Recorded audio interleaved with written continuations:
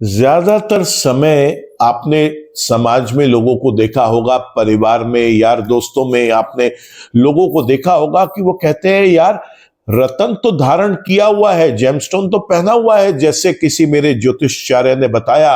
या किसी न्यूमरोलॉजिस्ट ने बताया, लेकिन उसके बाद भी मेरे को कोई बहुत विशेष फर्क दिखाई नहीं दे रहा। ऐसा क्यों है? जेमस्टोन को कैसे पहनना चाहिए, जेमस्टोन का कैसे चयन होना चाहिए, जेमस्टोन को किस धातु में, कौन से हाथ में, किस उंगली में धारण करना चाहिए, इन सब चीजों के साथ साथ इस बात के ऊपर भी बहुत इंपॉर्टेंट एक बात आती है कि जेमस्टोन प्रॉपर्ली कैसे एनर्जाइज हो, उनको न्यूट्रलाइज कैसे किया जाए, उसको एनहेंस कैसे किया जाए उसकी पावर्स को, और उस पर कवच कैसे किया जाए। नमस्कार दोस्तों, मैं हूं डॉक्टर विवेक चोपड़ा और आज मैं एक बहुत महत्वपूर्ण टॉपिक लेके आ रहा हूं, क्योंकि हम सब इस बात को जानते हैं कि जेमस्टोन अल्टीमेटली एस्ट्रोलॉजी की एक इंपॉर्टेंट मेडिसिन है, एक ऐसी मेडिसिन जो कि लोग अपने बिजी शेड्यूल में रहते हैं, रोज अपने उपाय करने उनके लिए सक्षम नहीं है, तो उनके लिए तो ये एक वरदान है, क्योंकि वो अपने शुभ लेकिन कमजोर ग्रहों को वो जेमस्टोन पहनकर स्ट्रॉन्ग कर सकते हैं। मैं वापस यहां बताना चाहूंगा, कभी भी किसी अशुभ ग्रह के रतन को शरीर पर नहीं धारण करते, क्योंकि अगर वो ग्रह अशुभ है या किसी वो अशुभ भाव का स्वामी है, तो रतन धारण करने से उस ग्रह को और उस भाव को और स्ट्रेंथ मिलती है। ऐसे में पॉजिटिव तो कुछ होगा नहीं और नेगेटिव शायद इतना बड़ा हो जाए कि आप उसको इस जीवन में कभी भी उसकी भरपाई ना कर सकें। तो ये वीडियो बहुत आराम से देखिए, क्योंकि आज मैं आपको बताऊंगा कि किस प्रकार 12 भाव, 9 ग्रह और उनसे संबंधित 9 ग्रहों से संबंधित उनके 9 रत्न ये कैसे काम करेंगे। रत्नों के ऊपर मैं पहले भी एक वीडियो बना चुका हूं। मैं चाहूंगा कि आपने अधिक कोई चीज समझनी है तो वहां पर जाके आप इसे समझें, लेकिन इस वीडियो को मैं डेडिकेट कर रहा हूं किस तरीके से जेमस्टोन्स को एनर्जाइज करना चाहिए, कैसे उनके कवच करने चाहिए, कैसे उनका न्यूट्रलाइजेशन, शुद्धिकरण होना चाहिए, कैसे उसको डी एनर्जाइज करना चाहिए पहले, क्योंकि जो भी स्टोन आपको किसी भी शॉप से मिलता है, अधिकतर देखा है कि लोग उसके अंदर केवल और केवल उसे गंगा जल में रात को डबो के रख देते हैं, सुबह उसे धूप बत्ती करके पंचामृत या चरणामृत में उसे आप भिगो के और उसके बाद उस ग्रह के 9 बार, 11 बार, 27 बार, 108 बार मंत्र करके उसे वो पहन लेते हैं। दोस्तों, ये सही तरीका नहीं है। ये इसको आज मैं आपको समझाने जा रहा हूं कि जेमस्टोन कैसे पहनते हैं, कौन सा पहन सकते हैं, कौन सा नहीं। जल्दी से हम एक क्विक समरी समझ लेते हैं कि जेमस्टोन्स क्या है, किस तरीके से काम करते हैं। तो जेमस्टोन जब आप पहनते हैं, वो रतन जिस भी किसी एक प्लैनेट से एसोसिएटेड है, वो उस प्लैनेट के स्ट्रेंथ को आपकी बॉडी पे आपके लिए और बढ़ा देता है। जैसे हम कैल्शियम सप्लीमेंट लेते हैं तो बॉडी में कैल्शियम बढ़ जाता है, अगर हमारी बॉडी में आयरन की कमी है तो हम आयरन का सप्लीमेंट लेंगे। ठीक उसी प्रकार जब हम कोई भी ये देखते हैं अपनी कुंडली में कि कोई ग्रह कमजोर है, अस्त है या किसी ऐसे भाव में बैठा है जहां पर वो परफॉर्मेंस अपनी पूरी नहीं कर पा रहा, लेकिन हमें उस ग्रह की परफॉर्मेंस चाहिए, या वो ग्रह किसी शत्रु ग्रह से दृष्ट है या शत्रु ग्रह के साथ बैठा है जिसके कारण भी वो ग्रह काम नहीं कर पा रहा, तो हम उसको अपनी ड्यूटी समझते हैं, क्योंकि वो ग्रह ने हमारे लिए शुभ कार्य करने हैं, उन भाव के लिए शुभ कार्य करने हैं जो हमें, जिनकी इच्छा हमारे को इस जीवन में है। लेकिन वो शुभ कार्य तो तब करेगा जब वो बलवान होगा, और ग्रह बलवान नहीं है तो इसलिए रतन को हम पहनाते हैं। लेकिन हमेशा याद रखिए, वो ग्रह किसी नक्षत्र पे है और वो नक्षत्र किसी उपनक्षत्र और वो उपनक्षत्र किसी उपनक्षत्र से कनेक्टेड है। अब ये पूरी सीरीज जहां पर ग्रह किसी एक नक्षत्र पर है, वो नक्षत्र किसी उपनक्षत्र और वो उपनक्षत्र किसी उपनक्षत्र पे कनेक्टेड है। जरूरी नहीं है कि ये सारी की सारी सीरीज आपको शुभ ग्रहों की ही मिले। हो सकता है कि जिस ग्रह को हम एक रत्न के रूप में बलवान करना चाह रहे हैं, वो सेम ग्रह किसी ऐसे ग्रह के नक्षत्र पे हो जो उस कुंडली के अंदर मैलेफिक प्लैनेट है, जिसे हम बोलते हैं अशुभ प्लैनेट है। दूसरा,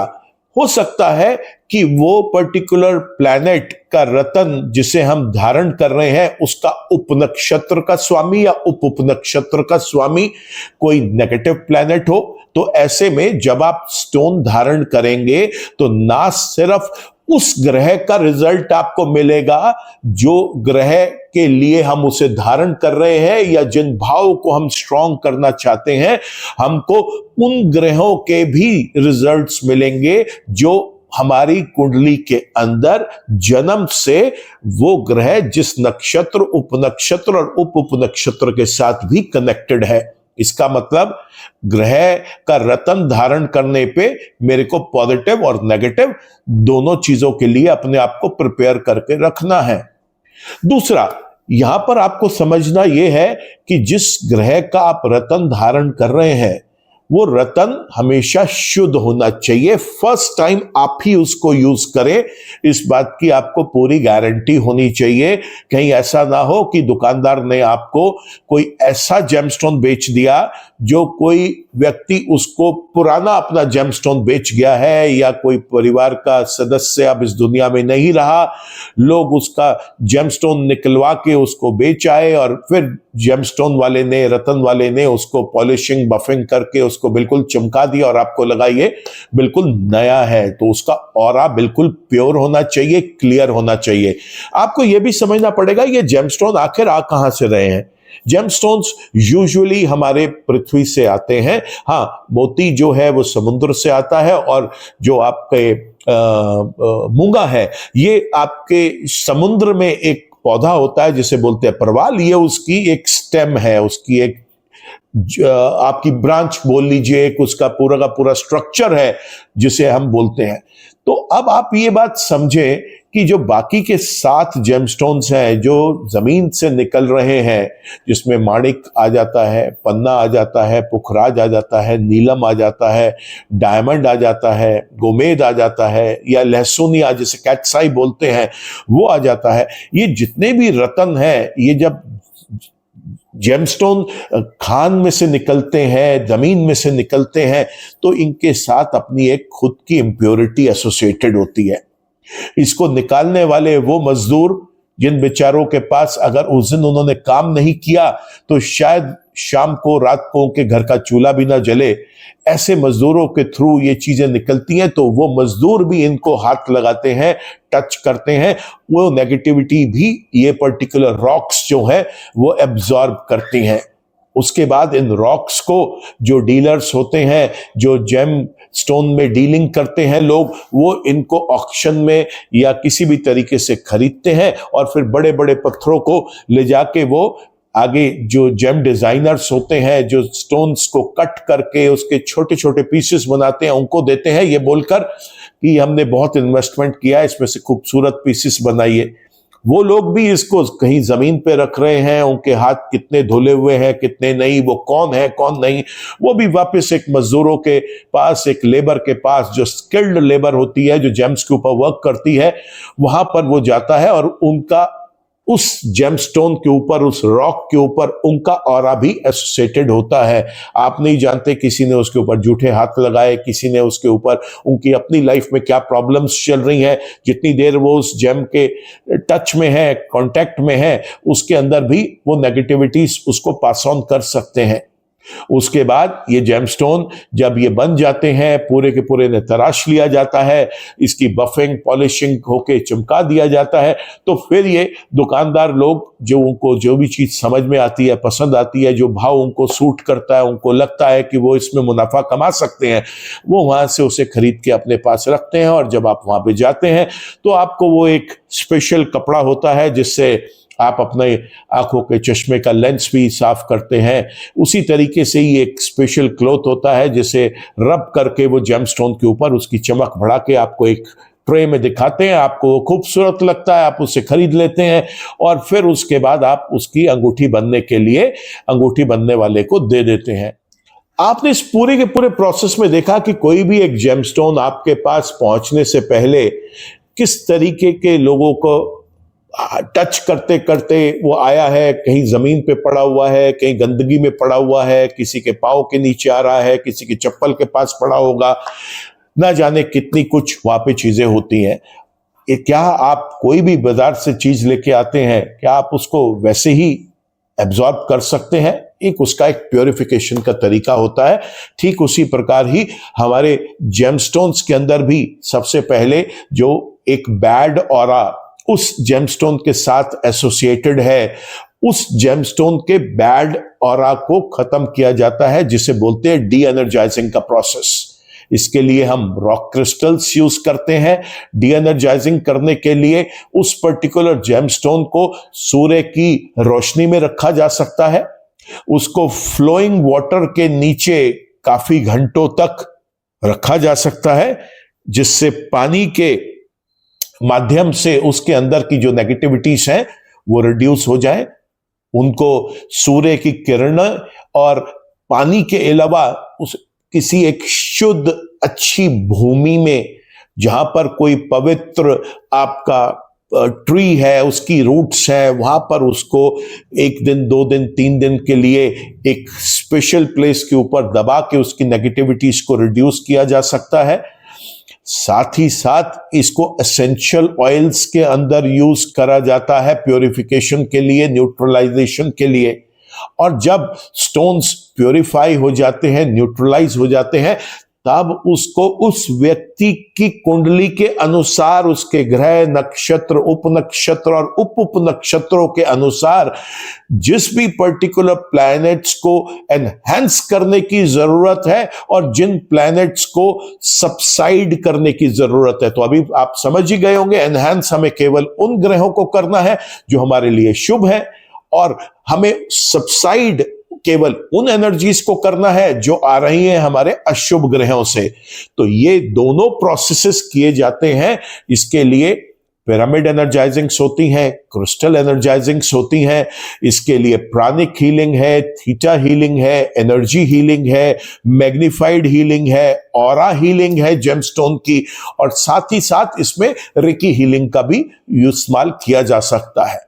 अब ये इतने सारे प्रोसेसेस हैं, तो इन प्रोसेसेस को आपको ये समझना है कि एनर्जाइजिंग्स कौन कौन सी हो सकती हैं। तो पृथ्वी पर हम सब जानते हैं कि ऊर्जा जो है वो मुख्य रूप से 2 जगह से आ रही है। एक को हम बोलते हैं सोलर ऊर्जा, जो सूर्य से आती है, सोलर एनर्जी, और दूसरी लूनर एनर्जी जो चांद से आती है। तो इन दोनों प्रोसेसेस के थ्रू स्टोन को प्यूरिफाई भी किया जाता है, न्यूट्रलाइज भी किया जाता है और एनर्जाइज भी किया जाता है। और एनर्जाइज होने के बाद अगर ऐसा महसूस होता है कि आने वाले टाइम में उस व्यक्ति की कुंडली के अंदर कुछ ऐसे ग्रहों की दशा आएगी जो कि जिस रतन को हमने धारण किया हुआ है उसकी पावर्स को डिस्टर्ब कर सकती है, तो फिर यहां पर एक कवच का प्रोसेस भी किया जाता है। ये हीलिंग प्रोसेसेस हैं, ये साइंटिफिक तरीके से भी किए जाते हैं, और कुछ पंडित लोग इसको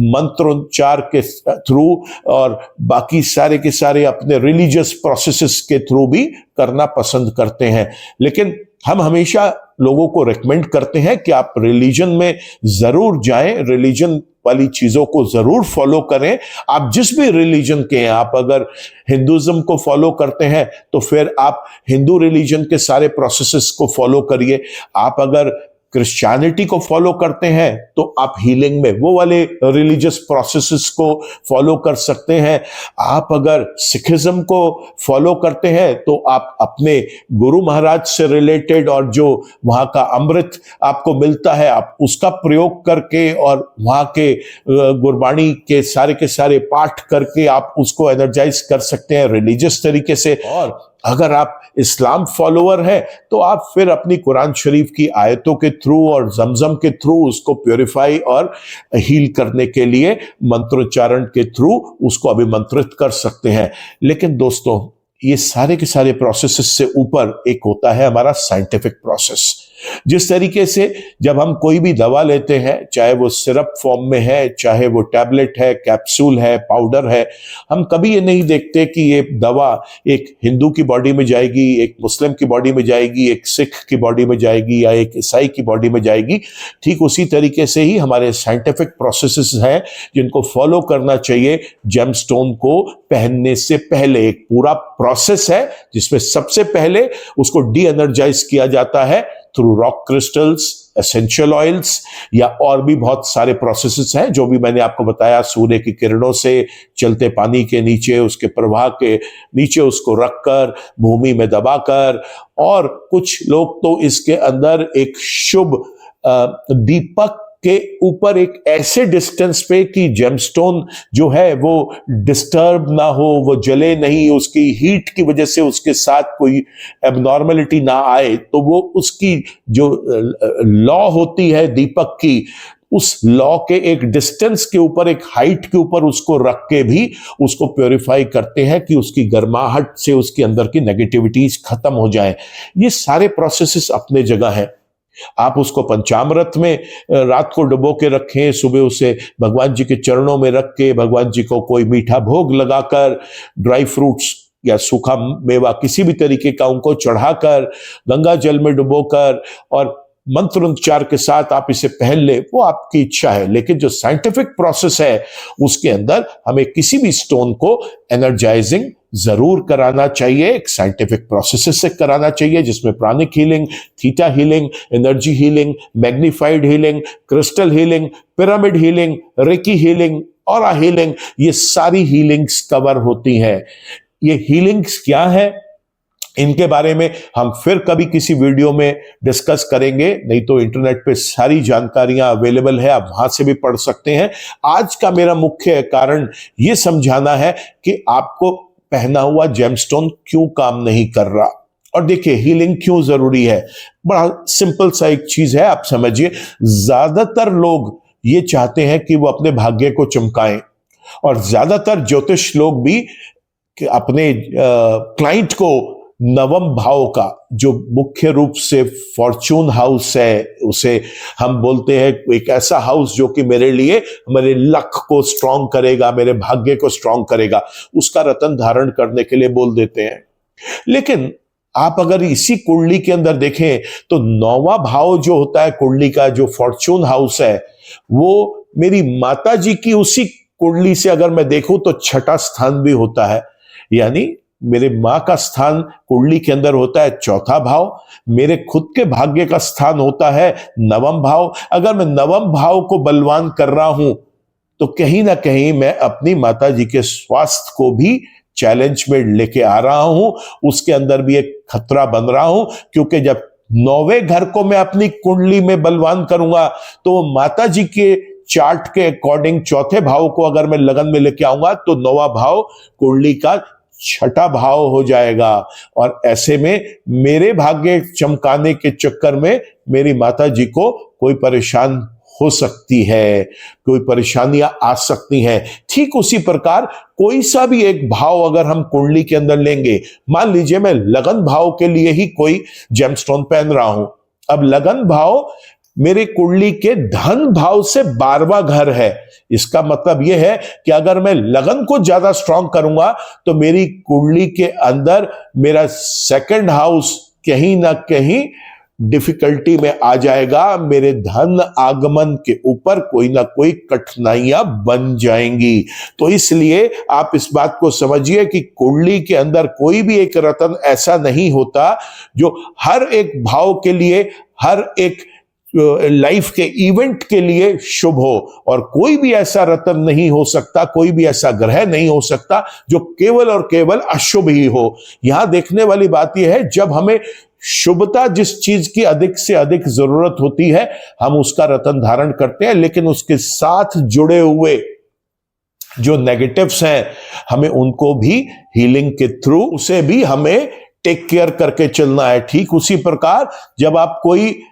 पेन किलर खाते हैं तो आपको हमेशा आपका मेडिकल कंसल्टेंट आपको गाइड करता है, देखिए आप ये पेन किलर खा जरूर रहे हैं, लेकिन ये पेन किलर कहीं ना कहीं आपके बॉडी के अंदर एसिडिक इफेक्ट दे सकता है, गैस्ट्रिक डिस्ट्रेस दे सकता है, ये लिवर को खराब कर सकता है। तो आपको इसके साथ कोई एंटासिड जरूर लेना चाहिए, लिवर को प्रोटेक्शन करने के लिए कोई लिवर का सप्लीमेंट लेना चाहिए। ठीक उसी तरीके से ही हमारे जो रतन हम बॉडी पे जब धारण करते हैं, तो ये बिल्कुल भी इस किसी सोच में ना रहें, ना इस भ्रम में रहें कि वो केवल और केवल शुभ कार्य ही करेंगे। कोई भी एक ग्रह, कोई भी एक रतन केवल और केवल शुभ कार्य करेगा कुंडली में, यह संभव ही नहीं है, क्योंकि वो एक भाव के लिए अगर शुभ है तो ठीक उसी समय वो किसी दूसरे भाव के लिए अशुभ भी रहेगा। तो इस चीज को बैलेंस करने के लिए हमारे को जो नेगेटिव इंडेक्सेस हैं उनको सप्रेस करना होता है, और जो पॉजिटिव इंडेक्सेस हैं उन्हें एनहांस करना पड़ता है। ये रूल सिर्फ एस्ट्रोलॉजी में ही नहीं, सब जगह है। बोलते हैं वो, things which are good enhance them, things which are bad suppress them. इसका मतलब यह है, चीजें जो हमारे लिए अच्छी हैं उन्हें अपने जीवन में बढ़ाइए, अच्छे लोगों को बढ़ाइए, अच्छे कर्मों को बढ़ाइए, अच्छी चीजों को बढ़ाइए, और चीजें जो मेरे लिए खराब है उनको रिड्यूस कर दीजिए। उनके लिए जरूरत नहीं है हमें। हम आप अगर अपने आसपास भी देखते हैं, कोई ऐसा व्यक्ति है जिसका समाज में बहुत अच्छा चरित्र नहीं है और वो आपको परेशान कर सकता है, आप हमेशा ऐसे व्यक्ति से दूर रहेंगे। और अगर कभी दुआ सलाम करना भी पड़ गया, आपको उसको हेलो हाय भी करना पड़ गया, तो आप छुपते हुए दूर से ही हाय हेलो कर लेते हैं, उसके पास जाके नहीं बैठते, नहीं खड़े होते, क्योंकि उससे आपका भी एक चरित्र जो है वो चैलेंज पे आ जाता है। ठीक उसी तरीके से ही हमारे वो ग्रह हैं जो हमारे लिए शुभ कार्य कर रहे हैं, लेकिन उनके साथ जुड़ी हुई अगर कोई अशुभता भी है, तो आपको हीलिंग प्रोसेस के थ्रू उसको हमेशा रिड्यूस करना है। नेगेटिविटीज को हमेशा सप्रेस करिए और पॉजिटिविटीज को हमेशा अपलिफ्ट करिए। यही एक रूल है। तो आज का ये वीडियो आपके लिए समझने के लिए बहुत जरूरी है कि क्या आपने सही जेमस्टोन पहना है, क्या आपने उसको सही बॉडी वेट के अकॉर्डिंग पहना है, क्या आपने उसको सही धातु में धारण किया है, क्या आपने उसको सही फिंगर में धारण किया है, क्या आपने उसको सही हाथ में धारण किया है, क्या आपने उस स्टोन को पहनने से पहले जो उपाय करने होते हैं, जिसे हम बोलते हैं वो उपाय जो कि आप रतन धारण करने से पहले करना शुरू करेंगे 6-7 दिन पहले, फिर वो उपाय जिस दिन आप रतन धारण करेंगे उस दिन आपको करने हैं, और फिर वो उपाय जो अब आप रतन धारण कर लेंगे तो अगले कुछ दिनों तक आपने उसके लिए करने हैं। ये अगर तीनों क्रियाएं भी आपने की हैं, तो सबसे पहले आप ये देखिए कि क्या वो जेमस्टोन आपको जितना लाभ आप सोच के चल रहे थे उतना दे रहा है, और अगर नहीं दे रहा तो आपके लिए ये वो समय है जिस समय आप अपने पुराने स्टोन्स को उतारकर उसे डी एनर्जाइज, न्यूट्रलाइज करा के एनहेंसमेंट्स की तरफ लेके जाएं, कवच करवाएं, जेमस्टोन को प्रॉपर्ली एनर्जाइज कराएं, कवच कराएं, प्रोटेक्शन उसके ऊपर लें। तभी ये जेमस्टोन्स, तभी ये रतन आप जैसा चाहते हैं वैसा आपके अनुकूल ये काम कर पाएंगे। तो मुझे उम्मीद है दोस्तों, ये इस वीडियो में छोटा सा वीडियो है, लेकिन फिर भी मैंने कोशिश करी है आपको यह समझाने की कि रत्नों को कभी भी ऐसे नहीं खरीदना कि बाजार से लेके आए और उसे खरीद लिया। उससे पहले सिर्फ सर्टिफिकेट से यह चीज चेक होती है कि वो प्योर है या नहीं, सर्टिफिकेट से यह पता चलता है कि वो रियल है या नहीं, सर्टिफिकेट से यह भी पता चल जाएगा कि उसके ऊपर कोई थर्मल ट्रीटमेंट तो नहीं हुआ, कहीं वो हीटेड या ट्रीटेड तो नहीं है। लेकिन सर्टिफिकेट भी आपको यह नहीं बता पाएगा कि ये स्टोन के अंदर एनर्जाइजिंग्स हो रखी हैं या नहीं, या ये स्टोन के अंदर कितनी नेगेटिविटीज हैं साथ में। इसके लिए आपको हमारे तरीके के किसी अच्छे एस्ट्रोलॉजर जो हीलिंग्स भी जानता हो उसके पास जाना है। अगर आप देखेंगे तो हमारा पूरा प्रोफाइल आपने अगर देखा है तो वी आर इनटू, हम एस्ट्रोलॉजी में भी हैं, हम न्यूमरोलॉजी में भी हैं, हम वास्तु करते हैं, हम जेमस्टोन कंसल्टेशन देते हैं, और साथ में हम हीलिंग्स में भी हैं, जिसे हम होलिस्टिक हीलिंग बोलते हैं। होलिस्टिक मीन्स संपूर्ण, कॉम्प्रिहेंसिव। और यहां पर आपके जेमस्टोन्स जब तक प्रॉपर्ली एनर्जाइज नहीं होंगे, जब तक उसके ऊपर कवच नहीं होगा, तब तक हो सकता है कि जो रतन आपने धारण किया हुआ है अभी, वो आपको जिन भाव के लिए उसे शुभ फल देने हैं वो तो पता नहीं दे पा रहा है या नहीं, लेकिन जिस भाव के वो पहनने पर अशुभ फल देगा, अगर आप उनको अभी इस समय उनका सामना कर रहे हैं, उन परेशानियों का सामना कर रहे हैं, तो सबसे पहले तो ये वीडियो देखते देखते आप अपने जेमस्टोन्स को उतार के लॉकर में रख लें। तब तक जब तक आप किसी अच्छे हीलर के पास जाकर उसे चेक ना करवाएं कि उसका ऑरा कैसा है, कहीं जेमस्टोन ही तो नेगेटिव नहीं है, क्योंकि बॉडी में नेगेटिविटी अगर कहीं से भी आ सकती है तो जेमस्टोन्स भी तो नेगेटिव हो सकते हैं, उस जेमस्टोन के अंदर भी तो एक नेगेटिव ऑरा आ सकता है। तो ये आपकी ड्यूटी है कि आप उसे रेगुलर बेसिस के ऊपर पीरियोडिकली, कभी आपका मन करे 6 महीने में एक बार, 1 साल में एक बार, 2 साल में एक बार मैक्सिमम, आप अपने स्टोन्स को री एनर्जाइज भी कराते रहें, क्योंकि आपके तो ग्रह चेंज हो रहे हैं, गोचर में भी ग्रह चेंज हो रहे हैं, वर्ष कुंडली भी चेंज हो गई, महादशा चेंज हो गई, अंतरदशा चेंज हो गई, वो चेंजेस आ गए जो अब आपकी लाइफ में कभी दोबारा नहीं आएंगे। तो अपने स्टोन्स को भी तो आपको प्रिपेयर करना है कि वो आगे के लिए भी आपके लिए लड़ सके और आप जो चाहते हैं वो आपको वो दे सके। तो ये जेमस्टोन्स बहुत सावधानी के साथ खरीदें और उतनी ही सावधानी के साथ इसे प्रॉपर प्रोसेसेस को फॉलो करके तभी आप इसको धारण करें, बिना उसके धारण करने की कभी सोचे भी ना। ये बेहतर है कि आप जेमस्टोन ना पहने, किसी और तरीके का कोई आप उपाय कर लें, लेकिन जेमस्टोन अगर आप पहन रहे हैं तो आप याद रखें कि उसके साथ साथ नेगेटिव इंडेक्सेस भी एक्टिवेट हो रहे हैं। और हीलिंग का तो मतलब ही यही है, क्योर। Heal means cure. हम कहते हैं कि किसी के जख्म हो गया, चोट लग गई, तो अब बोलते हैं कि ही इज हीलिंग, कि उसे उसका क्योर हो रहा है, भरपाई हो रही है। ठीक उसी प्रकार ही जब आप जेमस्टोन को धारण करने की सोच रहे हैं, कोई बात नहीं, आप 1 महीने बाद, 2 महीने बाद उसे धारण कर लीजिए, क्योंकि जेमस्टोन की एनर्जाइजिंग का जो प्रोसेस है वो 27 दिन से लेकर और लगभग 3 महीने तक का हो सकता है। अगर उसमें कवच की रिक्वायरमेंट है, सिंगल एनर्जाइजिंग रिक्वायर्ड है, उसकी डबल एनर्जाइजिंग रिक्वायर्ड है, ट्रिपल एनर्जाइजिंग रिक्वायर्ड है, या सेमी एनर्जाइजिंग रिक्वायर्ड है, ये डिपेंड करता है। एनर्जाइजिंग इस बात के ऊपर भी डिपेंड करेगी कि आपको उसे बाएं हाथ में पहनना है, दाएं हाथ में पहनना है, ब्रेसलेट के रूप में पहनना है, या गले में आपने उसे धारण करना है। तो जेमस्टोन एक बहुत अच्छा, मैं कहूंगा, रतन, एक भगवान की तरफ से दिया गया एक नायाब तोहफा है एक मैनकाइंड के लिए, एक ह्यूमन जनरेशन के लिए। लेकिन उसको सही तरीके से अगर आप इस्तेमाल नहीं करेंगे तो आपको फायदे की जगह बहुत नुकसान भी हो सकता है। दोस्तों, मैंने कोशिश करी है आपको इस वीडियो में समझाने की कि रत्नों को कैसे धारण करना है, एनर्जाइजिंग क्या होती है, हीलिंग क्या होती है, कवच क्या होता है। अगर फिर भी इस वीडियो में कोई चीज छूट गई है तो इस वीडियो के अंत में हमारे कुछ फोन नंबर्स, कॉन्टैक्ट नंबर्स दिए गए हैं। मैं आपसे रिक्वेस्ट करूंगा कि आप या तो इसी जगह कमेंट सेक्शन में अपना सवाल पूछ सकते हैं, नहीं तो आप व्हाट्सएप पे अपना क्वेश्चन हमें लिख के भेज सकते हैं। संभव हुआ तो मैं आपको जरूर उसका रिप्लाई करूंगा। आपको अगर ये वीडियो पसंद आया हो तो आप इसे लाइक करना, कमेंट करना, शेयर करना, ऐसा मैं आपसे रिक्वेस्ट करूंगा। वीडियो चैनल आपने अब मेरा सब्सक्राइब कर लिया है तो थैंक यू फॉर दैट। अगर आप नहीं कर पाए अभी तक तो वो भी आपसे रिक्वेस्ट करूंगा कि आप इसको वीडियो चैनल को हमारे सब्सक्राइब करें, बेल आइकन को भी क्लिक करें ताकि आगे के अपडेट्स आपको मिलते रहें। और हाँ, अगर आप चाहते हैं कि मैं आपका व्यक्तिगत विश्लेषण करूं कुंडली का, एस्ट्रोलॉजी, न्यूमरोलॉजी और होलिस्टिक अप्रोचेस के अकॉर्डिंग कौन सा रत्न धारण करना है, किन स्पेसिफिकेशंस के साथ धारण करना है, कौन सी एनर्जाइजिंग्स होनी चाहिए, कौन सी हीलिंग्स होनी चाहिए, तो आप बेहिचक, मेरा यही काम है दोस्तों, आप बेहिचक मेरे से कभी भी संपर्क कर सकते हैं। ईश्वर आप सबका भला करे दोस्तों। नमस्कार।